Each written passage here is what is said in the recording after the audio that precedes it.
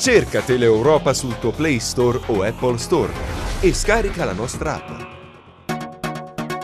L'emergenza incendi anche oggi in primo piano, sono diversi i roghi in molti centri della regione, 35 solo stamattina, situazione difficile nel Cosentino, centinaia le richieste di intervento che giungono ai centralini dei Vigili del Fuoco. Ho carta ricevuto, non arrivo sul posto. Le squadre dei Vigili del Fuoco partono dal comando di Cosenza a sirene spiegate. Dovranno raggiungere uno dei tanti fronti di fuoco che in questi giorni interessano il territorio provinciale.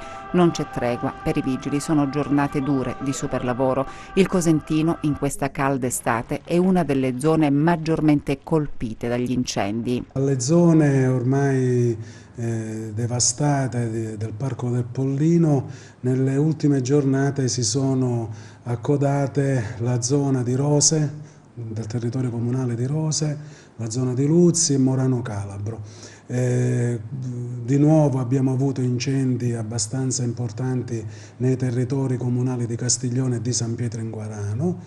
Allo stato attuale stiamo volando sia sul territorio di Rose, dove abbiamo un incendio che dura dalle prime ore della giornata scorsa e dove abbiamo effettuato anche tramite CCS la richiesta e la presenza dell'esercito a difesa delle persone e delle abitazioni, e in più stiamo volando con 2 Canadair, precisamente il Can 11 e il Can 21, sul Longobucco. Incendi in mattinata anche a San Giovanni in Fiore, nella zona Palla Palla, è una delle tante segnalazioni giunte questa mattina ai centralini dei Vigili del Fuoco. Quotidianamente sono centinaia le richieste di intervento. Molte di queste ovviamente sono sullo stesso intervento e quindi intasano purtroppo anche le nostre richieste.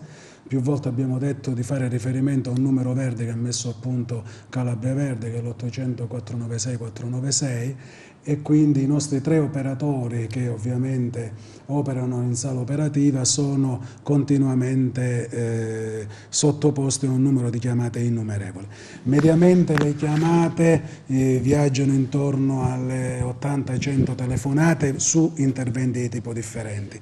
A questo applicate un coefficiente ripetitivo almeno di 2 o 3 volte e quindi mediamente viaggiamo intorno alle 400 telefonate nell'arco delle 12 ore. Una situazione dunque difficile, anche oggi sono numerosi gli incendi, roghi spesso appiccati dall'uomo. L'altro giorno su Piano Monello personalmente mi sono recato sul posto e abbiamo potuto appurare 3 punti differenti di innesco.